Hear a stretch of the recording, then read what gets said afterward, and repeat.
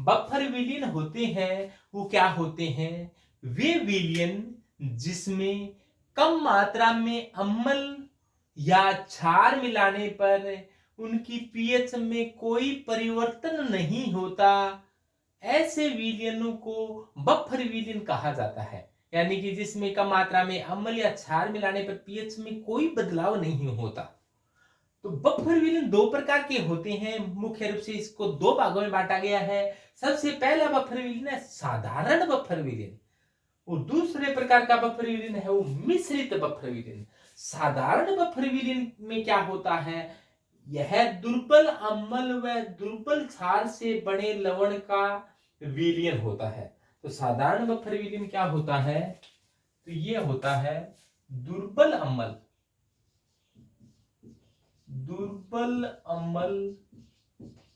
व दुर्बल क्षार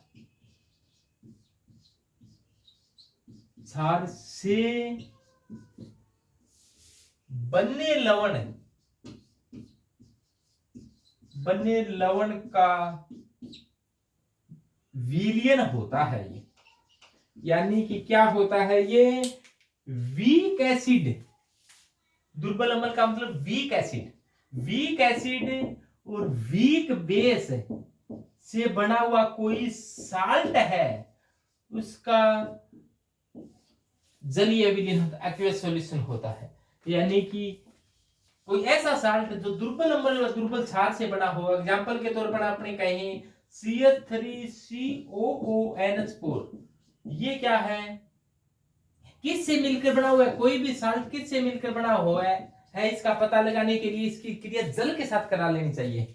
जल के साथ इसकी क्रिया करवा देंगे तो ये बनेगा। देखो ध्यान से कैसे बनेगा। ये जल है, जल में एक H है, एक OH है, इसको बीच में से तोड़ो, H एक तरफ लगाओ, OH एक तरफ लगाओ, तो देखो क्या हुआ कि सबसे पहले यहां पर ये बना वो CH3COOH बना, जबकि ये क्या बना है? NH4OH बना है, NH4OH बना है। और आप जानते हो ये एसिटिक एसिड है। ये कैसा एसिड है? ये वीक एसिड है। और NH4OH कैसा बेस है? ये वीक बेस है। तो ये कैसा साल्ट है? अपने ऐसे कहते हैं वीक एसिड व वीक बेस से मिलकर बना हुआ कोई साल्ट है। और ये जो वीक एसिड वीक बेस से मिलकर बने हुए साल्ट का जो विलयन होता है वो साधारण बफर विलयन होता है। इसका मतलब इसमें थोड़ी मात्रा में अम्ल और थोड़ी मात्रा में क्षार मिला देने पर इसकी पीएच में कोई परिवर्तन नहीं होता है। जबकि दूसरे प्रकार का जो बफर विलयन आता है वो मिश्रित प्रकार का बफर विलयन आता है। तो इसको तो अपने पहले प्रकार का बफर विलयन कह दें और इसको कहें अपने दूसरे प्रकार का बफर विलयन, मिश्रित बफर विलयन। तो मिश्रित बफर विलयन होता है, उसमें क्या होता है? कोई साल्ट के साथ अम्ल व क्षार होते हैं। तो इसको सबसे पहले अपने दो भागों में बांटा कि ये पहला पार्ट है, ये दूसरा पार्ट है। कि पहले को अपने कहा अम्लीय बफर विलयन ने और दूसरे को कहा क्षारीय बफर विलयन। जो अम्लीय बफर विलयन होता है उसमें एक दुर्बल अम्ल होता है, इसमें एक दुर्बल अम्ल होता है। अम्लीय बफर विलयन में एक दुर्बल अम्ल होता है, जबकि क्षारीय बफर विलयन में एक दुर्बल क्षार होता है। ये ध्यान देना, अम्लीय में दुर्बल अम्ल होता है, क्षारीय में दुर्बल क्षार होता है। यानी कि दुर्बल अम्ल का मतलब है ये है वो वीक, ये दुर्बल अम्ल का मतलब वीक एसिड है ये। और जो दुर्बल क्षार है इसका मतलब ये क्या है? वीक बेस है। और दुर्बल और क्या होता है? साथ में मिश्रित है तो कोई और सौदा साथ में मिला हुआ होगा। इसमें क्या मिला हुआ है, क्यों मिला हुआ है, कैसे मिला हुआ है, अभी पता लगेगा अपने को। इसके साथ क्या मिला हुआ है? देखो ये दुर्बल अम्ल है और इसके साथ क्या है? दुर्बल अम्ल का प्रबल लवण के साथ, दोबारा सुने, दुर्बल अम्ल के साथ क्या मिला हुआ है कि दुर्बल अम्ल का प्रबल क्षार के साथ बना लवण इसके साथ मिला हुआ है। यानी कि दुर्बल अम्ल के साथ क्या बना मिला हुआ है, दुर्बल अम्ल का प्रबल क्षार के साथ बना हुआ लवण। यानी कि एक तो बना हुआ है वीक एसिड और दूसरा क्या मिला हुआ है, वीक एसिड का स्ट्रॉन्ग बेस के साथ बना हुआ लवण मिला हुआ है, WASB प्रकार का साल्ट। तब जाकर ये क्या बना, अम्लीय बफर विलयन बना। यानी कि अम्लीय बफर विलयन में दो चीजें होती है। कौन कौन सी दो चीजें, एक तो वीक एसिड होता है और एक वीक एसिड का स्ट्रॉन्ग बेस के साथ बना हुआ कोई साल्ट होता है, कोई लवण होता है। अब क्षारीय बफर विलयन में क्या होता है, एक तो वीक बेस होता है और एक वीक बेस का किसी स्ट्रॉन्ग एसिड के साथ बना हुआ कोई साल्ट होता है। तो वीक, एक तो होता है वीक बेस, या मैं थोड़ा सा इसको आपको लिख कर और दिखा दूं कि एक तो क्या होता है दुर्बल क्षार है और दूसरा क्या है इसके साथ है दुर्बल क्षार का प्रबल अम्ल के साथ बना लवण, दुर्बल क्षार का प्रबल अम्ल के साथ बना लवण। एक तो होता है दुर्बल क्षार और दूसरा होता है दुर्बल क्षार का प्रबल अम्ल के साथ बना लवण। देखो दुर्बल एसिड के बारे में आप जानते हो कि दुर्बल एसिड का सूत्र होता है CH3COOH। एसिटिक एसिड होता है, ये दुर्बल एसिड होता है। और दुर्बल एसिड का किसी स्ट्रॉन्ग बेस के साथ बना हुआ लवण है और दुर्बल एसिड का स्ट्रॉन्ग बेस के साथ बना हुआ लवण है Na, यानी कि एसिटिक एसिड और NaOH से मिलकर बना हुआ है। यानी कि ये क्या है वीक एसिड है और ये क्या है वीक एसिड का स्ट्रॉन्ग बेस के साथ बना हुआ लवण है। और यहाँ पर दुर्बल क्षार के बारे में आप जानते हो NH4OH एक प्रकार का दुर्बल क्षार है और इसी का दुर्बल क्षार का किसी HCl के साथ मान लो लवण बना होगा तो क्या होगा NH4Cl होगा। तो देखो ये वीक एसिड था और ये क्या है वीक एसिड का स्ट्रॉन्ग बेस के साथ बना हुआ लवण है और ये क्या था वीक बेस था और वीक बेस का स्ट्रॉन्ग एसिड के साथ बना हुआ लवण है। यानी कि वीक एसिड और वीक एसिड का स्ट्रॉन्ग बेस के साथ, वीक बेस और वीक बेस का स्ट्रॉन्ग एसिड के साथ बना हुआ लवण है। तो ये दो प्रकार के, एक प्रकार का ये अपने चार्ट हो गया कि बफर विलयन क्या होते हैं। तो अब अपने सबसे पहले बात करते हैं कि साधारण बफर विलयन क्या होता है, उसके बाद में फिर बात करेंगे मिश्रित बफर विलयन क्या होता है। तो सबसे पहले बात करें अपने साधारण बफर विलयन की। तो एक बार मिश्रित की यहां पर थोड़ी सी एंडरसन समीकरण लिखकर बता देता हूं ताकि अपने थोड़ा सा कंपटीशन एग्जाम में बैठे उसके लिए अपने ध्यान में आ जाए कि कंपटीशन एग्जाम में एंडरसन समीकरण पूछी जाती है सामान्य कंपटीशन एग्जामों में कि एंडरसन समीकरण क्या होती है। तो एंडरसन समीकरण के बारे में आप सभी जानते हो वैसे।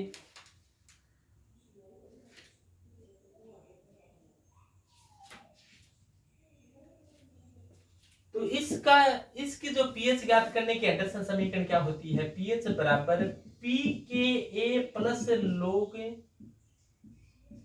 Salt upon acid.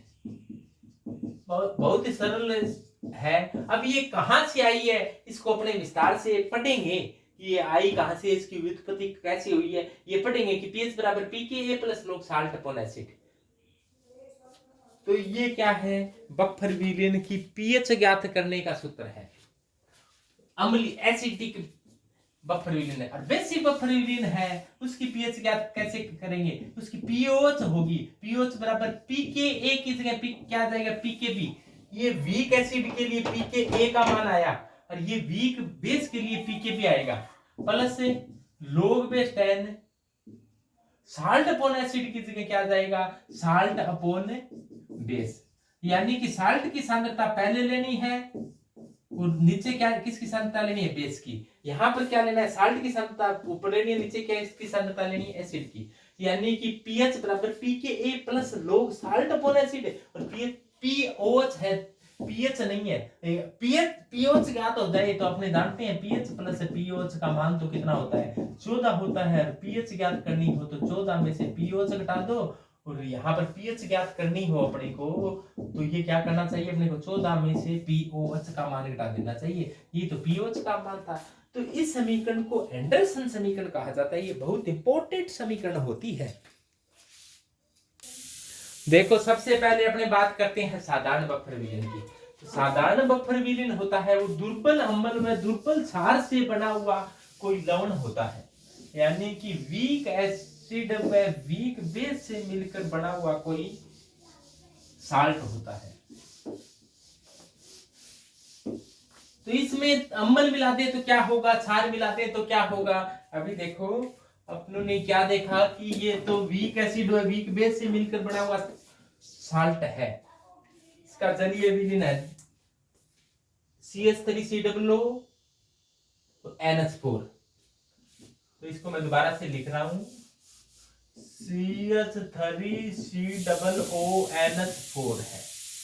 इसकी क्रिया जल के साथ करवाई गई तो क्या हुआ कि CH3COOH प्लस NH4OH। इसी प्रकार से हुआ। साल्ट होता है ना, उसका 100% वियोजन होता है। साल्ट का वियोजन कितने प्रतिशत होता है, 100%, जबकि जो वीक होते हैं उनका वियोजन बहुत ही कम होता है। तो ये 100% टूट जाएगा तो क्या होगा, CH3COO minus plus NH4 plus HOH, और ये वीक होने के कारण ये 100% नहीं टूटेंगे। तो कितने टूटेंगे, थोड़े बहुत टूटेंगे, नाम मात्र के टूटेंगे। अब इस प्रकार से टूटी हुई व्यवस्था, टूटी हुई पूरी समीकरण इस प्रकार से होगी। इसमें कोई कहते हैं कि हमने अम्ल लाकर मिलाया, अम्ल मिलाने पर क्या होगा, अम्ल मिलाने पर क्या होगा। पहली कंडीशन अपने साधारण बफर विलयन के बारे में विस्तार से पढ़ रही है कि अम्ल मिला दे तो क्या घटना होती है कि पीएच नहीं बदलती। अम्ल मिलाने से तो पीएच कम हो जानी चाहिए थी, लेकिन नहीं होती। क्षार मिलाने से क्या घटना घटती है कि पीएच बढ़ती नहीं, जबकि क्षार मिलाने से तो पीएच बढ़ जाती है। तो बफर विलयन होता है। और अपना सबसे अच्छा बफर विलयन का उदाहरण अपना रखते हैं, अपने अम्ल खा लेते हैं। अम्ल खाया क्या, हाँ नींबू खा लेते हैं, संतरे किन्नू खाते हो आप लोग, नींबू में साइट्रिक एसिड पाया जाता है। तो संतरे जो किन्नू होता है उसमें भी एसिड होता है।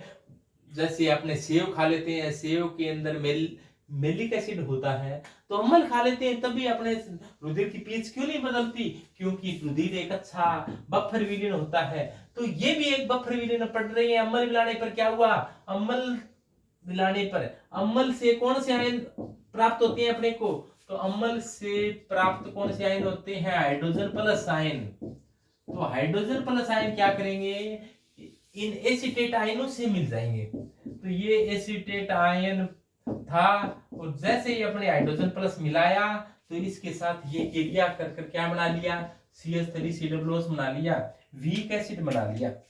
और आप जानते हो कि वीक एसिड है वो बहुत ही कम टूटता है, यानी टूटता नहीं है, नाम मात्र का टूटता है। तो जैसे ही अपने अम्ल मिलाया तो अम्ल से के जो हाइड्रोजन प्लस आयन थे उसने वो तो एसिड में बदल गए, यानी कि हाइड्रोजन प्लस कहां पे आ गई, हाइड्रोजनों के ऋणात्मक लघुकों को तो पीएच कहते हैं। तो पीएच बराबर माइनस लोग हाइड्रोजन आयनों की सांद्रता, जितने हाइड्रोजन आयन मिलाए थे वो तो कहां में आ गए, तो पीएच है वो बदली नहीं। अम्ल मिलाने पर यह घटना घटी।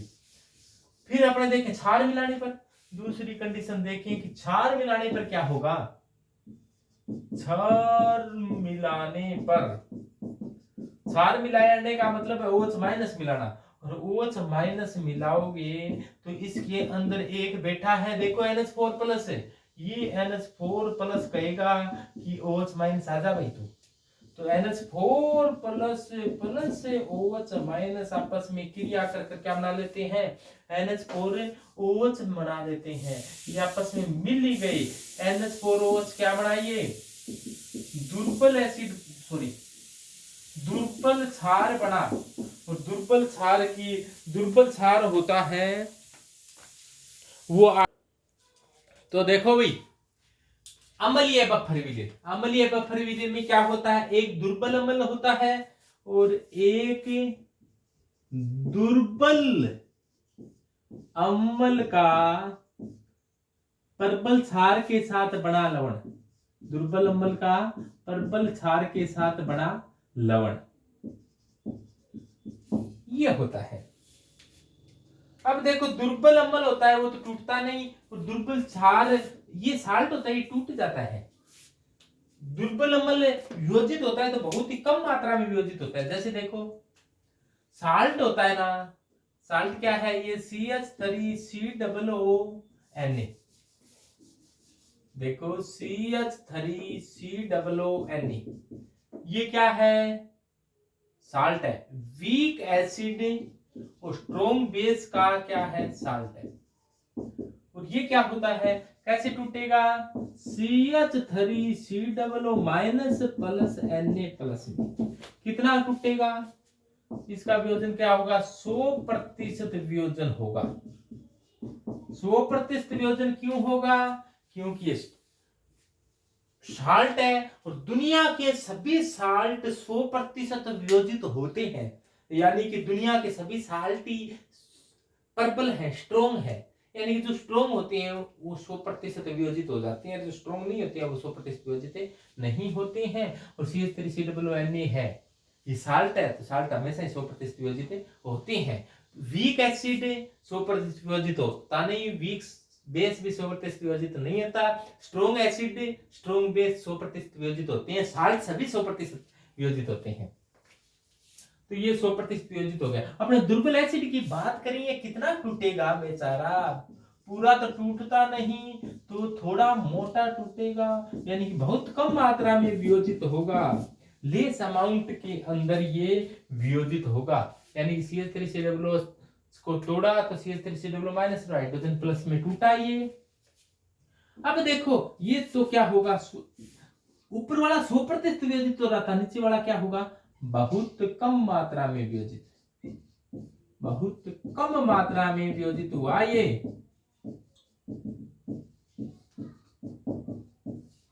यानी कि अपने ऐसे कह दे कि एसिटिक अम्ल टूटता है तो ही एसीटेट बनता है, और सोडियम एसीटेट टूटता है तो भी एसीटेट बनता है, तो ज्यादातर एसीटेट है ये वाले बहुत ही ज्यादा है, यानी कि इसकी तुलना में ये वाले बहुत ही ज्यादा मात्रा में बढ़ते हैं। तो यानी कि एसीटेट आयन की सांद्रता बतानी हो तो एसीटेट आयन कुछ तो सोडियम एसीटेट से बनते हैं, कुछ एसिटिक अम्ल से बनते हैं, लेकिन इनकी सांद्रता सोडियम एसीटेट से बनने वाले एसीटेट आयनों की सांद्रता के लगभग क्या होती है, बराबर होती है। और इसके लिए अपने जैसे देखो ये दुर्बल एसिड है वो इस प्रकार से टूटा है, और इसके लिए अम्ल का वियोजन स्थिरांक के निकालें, के ए निकालें, तो के ए निकालते हैं तो हमेशा ही प्रोडक्ट को ऊपर लिखा जाता है और रिएक्टेंट को नीचे लिखा जाता है। तो लिख दो प्रोडक्ट कौन है यहाँ पर, CH3COO माइनस, और कौन है, हाइड्रोजन प्लस है, अपोन कौन है, CH3COOH है। तो ये मान आ गया के ए का। तो देखो इसमें एसीटेट आयनों की सांद्रता इसका जोड़ होगा, और हाइड्रोजन आयन की सांद्रता तो हाइड्रोजन है ये, एसिटिक अम्ल की सांद्रता ये हो जाएगी, तो के ए का मान आ जाएगा।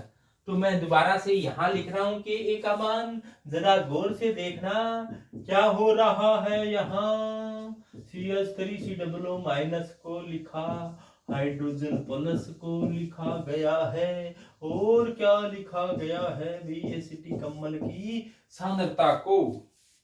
अब आप ऐसा करें, यहां से हाइड्रोजन प्लस आयनों की सांद्रता ज्ञात कर लीजिए। तो हाइड्रोजन प्लस आयनों की सांद्रता को मैं यहां लिख दूं इस प्रकार से,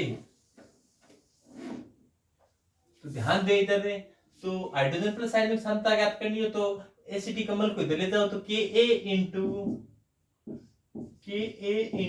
एसिटिक अम्ल की सांद्रता अपॉन ये इधर चला जाएगा एसिटेट आयन, एसीटेट आयन की सांद्रता, ये हो जाएगा हाइड्रोजन आयन की सांद्रता। हाइड्रोजन आयन की सांद्रता ज्ञात हो और आप पीएच निकालना चाह रहे हो तो आपको ऐसा करना चाहिए कि हाइड्रोजन आयनों की सांद्रता के ऋणात्मक लघुगणक को पीएच कहा जाता है। पीएच किसे कहा जाता है? हाइड्रोजन आयनों की सांद्रता के ऋणात्मक लघुगणक को ही तो पीएच कहते हैं। तो आप लोग ले लीजिए। तो सबसे पहले अपने क्या ले लें, इनका लोग ले लीजिए। उसके पश्चात क्या होगा, लोग लेने से इसके बाद में जो होगा वो देखा जाएगा। यहां पर लोग तो लीजिए, तो दोनों तरफ है आप लोग बेस 10 ले लो। तो इधर भी लोग लिया अपनों ने, इधर भी लोग लिया। तो इधर तो क्या है, हाइड्रोजन है प्लस है, और इधर क्या है KA*CH3COOH अपॉन CH3COO-। यहाँ पर लोग बेस 10 ले सकते हैं क्योंकि इनका गुणा होगा और इस नीचे भी होगा 2/303 से, फिर ln ले तो 2/3 2/3 कट जाएगी, वही बात है। ये माइनस में आएगा इधर, ठीक है। तो आप लोग बेस 10 ले सकते हो डायरेक्ट ही। तो लोग बेस 10 इधर आ गया, लोग बेस 10 इधर आ गया। इसको थोड़ा और खोलें अपने, तो क्या आ जाएगा, देखो यहां पर क्या हो रहा है कि देखो यहां पर आया है log बेस 10 हाइड्रोजन प्लस आयनों की सांद्रता बराबर है log बेस 10 के A की सांद्रता, log में गुणा में होते हैं वो जुड़ जाती है, प्लस है log बेस 10 CH3COOH की सांद्रता। बस ये साधारण मैथ लगानी है, बट्टा में होता है वो माइनस में आता है log में, तो माइनस log बेस 10 CH3COO- की सांद्रता। यहाँ पर अपने ln भी लिया होता ना, तो ln को फिर log में चेंज करते तो 2/303 से गुणा करते ना, पूरी को 2/303 कॉमन आ जाता है, कॉमन को फिर काट देते, तो वो log बेस 10 वाली बात हो गई। अब देखो ये बात हो गई, इसको तो फिर अपने नीचे ही बैठा रहने देते हैं चाहिए। अब आप ऐसा करो कि माइनस से गुणा करने पर इस पूरी समीकरण को कहो कि माइनस से गुणा करने पर, तो इसको माइनस से गुणा किया, इसको भी माइनस से गुणा किया, ये इसको भी माइनस से गुणा किया, तो ये माइनस माइनस क्या हो गया है, प्लस हो गया है। तो माइनस लोग हाइड्रोजन की सांद्रता को ही तो क्या कहा जाता है, पीएच कहा जाता है। यानी कि पीएच क्या होता है, मैं थोड़ा सा यहां लिख दूं, पीएच बराबर माइनस लोग हाइड्रोजन आयनों की सांद्रता। पीओएच क्या होता है, माइनस लोग ओएच आयनों की सांद्रता। पीकेए बराबर क्या होता है, पीकेए यानी कि पी के ऊपर जो लगा होता है वो माइनस लोग में होता है। पी एच है, पी के ऊपर एच लगा हुआ है तो माइनस लोग एच, पीओएच है तो माइनस लोग ओएच।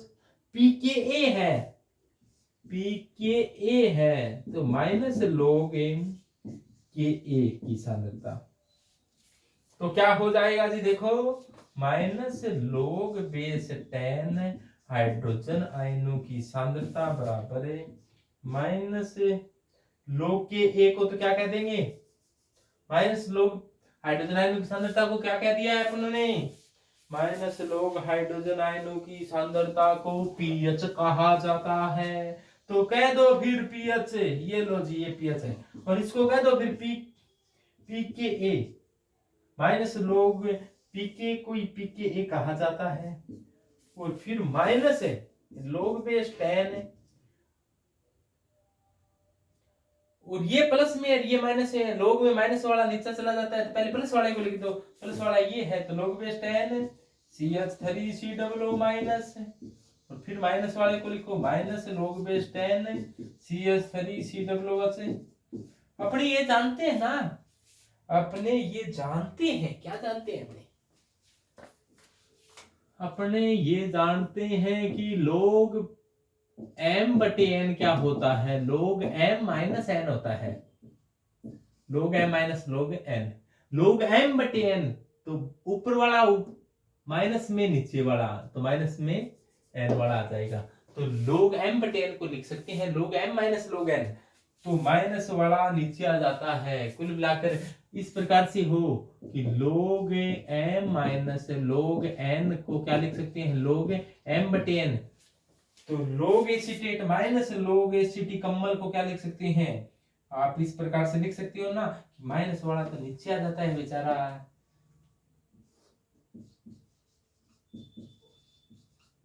तो यही तो आ गई हेंडरसन समीकरण जो अपने थोड़े टाइम पहले बताई थी। इसको आप इस प्रकार से लिख सकते हो ना कि पीएच बराबर है पी के ए प्लस log बेस 10 क्या है, एसीटेट आयन की सांद्रता अपोन एसिटिक अम्ल की सांद्रता, ये हो जाएगी। इसी समीकरण को तो एंडरसन समीकरण कहा जाता है। इस समीकरण की सहायता से अम्लीय बफर विलयनों की पीएच है वो बड़ी आसानी से ज्ञात की जा सकती है। जिस प्रकार से अम्लीय बफर विलयनों की पीएच ज्ञात की है उसी द्रवण होता है। देखो क्षारीय बफर विलयन में क्या होता है, एक दुर्बल क्षार, ये रहा बेचारा दुर्बल क्षार, वीक बेस है ये, और इसके साथ और क्या है, वीक बेस का, यानी कि इसी वीक बेस का, वीक बेस से क्या आएगा फिर NH4 आएगा। वीक बेस का किसी प्रबल एसिड के साथ लवण है, जैसे मान लो Cl है, तो NH4Cl क्या है, वीक एसिड और स्ट्रोंग, सॉरी वीक बेस और स्ट्रोंग एसिड का क्या है, ये कोई साल्ट है। वीक एसिड और स्ट्रोंग, वीक बेस और स्ट्रोंग एसिड का कोई साल्ट है। अब इनका विलीन होता है वो क्षारीय बफर विलीन होता है। क्या होगा इसमें, जैसे देखो जो साल्ट होता है, जैसे NH4Cl को तोड़कर देखोगे आप लोग कैसे टूटता है, ये टूटता है NH4 प्लस में और प्लस Cl माइनस में, और ये कितना प्रतिशत वियोजित होता है, 100% वियोजित होता है, ये पूरा ही टूट जाता है। जबकि NH4Cl तो इस प्रकार से टूटता है, NH4 प्लस और Cl माइनस में 100% वियोजित हो जाता है। जबकि NH4OH कैसे टूटता है, NH4OH इस प्रकार से टूटता है कि NH4 plus plus OH minus में, तो ये क्या होता है, ये वेरी लेस अमाउंट में वियोजित होता है, ये वेरी लेस अमाउंट, यानी कि बहुत कम मात्रा में, ये बहुत कम मात्रा में वियोजित होता है। तो अब इस समय क्या होगा, देखो ध्यान से,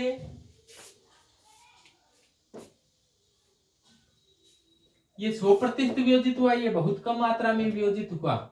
इसके लिए अपने केपी निकालें, तो केपी प्रोडक्ट बटे रिएक्टेंट प्रोडक्ट ये है, तो NH4 प्लस अपो OH माइनस अपोन NH4 OH, ये हो जाएगा केबी का मान। यहां से OH माइनस की सांद्रता निकाल लो, OH माइनस की सांद्रता निकालोगे तो क्या जाएगा, Kb into NH4OH, Kb into NH4OH upon NH4 Kb into NH4OH upon NH4 plus, ये ओसाइनों की सांद्रता हो जाएगी। अब इसका क्या कर लो, लोग लेकर आप POH निकाल दो। इसका आप क्या हुआ, यहाँ पर OH माइनस की सांद्रता कितनी आई है, OH आयन की सांद्रता ज्ञात करनी होती है, इसको इधर ले गई और इसको नीचे ले आई, तो Kb into NH4OH upon NH4 plus है, OH आयनों की सांद्रता आ गई है यहाँ पर Kb into NH4OH upon NH4 plus. इसको थोड़ा हल कर लो, बस दोनों तरफ लोग ले लो कि log OH माइनस बराबर है log इसको एक साथ लेना तो log Kb आएगा, गुणा में है वो जुड़ जाएगा कि log NH4 OH बटे में है वो माइनस में आ जाता है कि log NH4 प्लस। इस प्रकार की कंडीशन में ये log base tan लिख सकते हैं, क्योंकि इधर भी ln लेंगे, इसको ln को 2.303 से गुणा करोगे 2.303 से गुणा करोगे log tan हो जाएगा, 2.30 कैंसिल हो जाएगा। तो इस प्रकार से log base tan वाला टर्म सीधा ही लिख सकती है आपकी बात।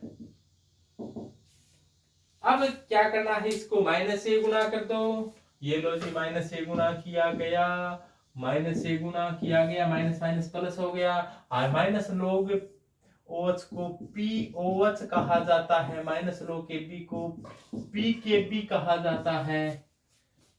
और log में ये प्लस वाला ऊपर आता है, माइनस वाला नीचे आता है, तो प्लस से क्या आ जाएगा, log base tan प्लस वाला ऊपर आ जाएगा NH4 प्लस है, और माइनस वाला क्या आ जाएगा, नीचे आ जाएगा NH4 OH है। और ये देखो POH बराबर क्या आ गया, PKB plus log base tan, ये साल्ट की सांद्रता थी और ये बेस की सांद्रता थी। तो इस समीकरण को क्या कहा जाता है, हेंडरसन समीकरण कहा जाता है। यही समीकरण है, इसको क्या कहा जाता है, एंडरसन समीकरण कहा जाता है। और आप ये भी जानते हो कि पीएच प्लस पीओच का मान क्या होता है, पीएच प्लस पीओच का मान होता है वो 14 होता है, और पीएच निकालनी हो तो 14 माइनस पीओच कर देना चाहिए, और पीओच का मान है, पीएच निकालनी हो तो क्या कर देना चाहिए, 14 माइनस इसको कर देना चाहिए। तो ये है क्या, pKb plus log 60 upon base. तो ये क्षारीय बफर विलीन के लिए, अभी अपने अम्लीय बफर विलीन के लिए पढ़ी थी, वो क्या थी, अम्लीय बफर विलीन के लिए क्या थी, क्षारीय बफर विलीन के लिए, ये अम्लीय बफर विलीन के लिए भी पढ़ी थी ना अपने, पीएच बराबर pKa plus log salt upon acid. तो पीएच अम्लीय बफर विलीन वाले में यहां पर पीकेए आएगा, इसमें यहां पर पीकेबी आएगा। यहां पर पीएच आ रही थी, यहां पर पीओच है, यहां पर पीकेए है, यहां पर पीकेबी है, log साल्ट अपॉन एसिड आएगा, यहां पर साल्ट अपॉन बेस है। जो दुर्बल होता है वो उसका नीचे सांद्रता आएगी, दुर्बल का केपी इधर आएगा, दुर्बल की सांद्रता, दुर्बल का केपी। तो इस प्रकार से ये हेंडरसन समीकरण है। हेंडरसन समीकरण ज्ञात करना आप सीख चुके हैं। तो ये बहुत ही सरल काम था, आपके ध्यान में आ गया तुरंत।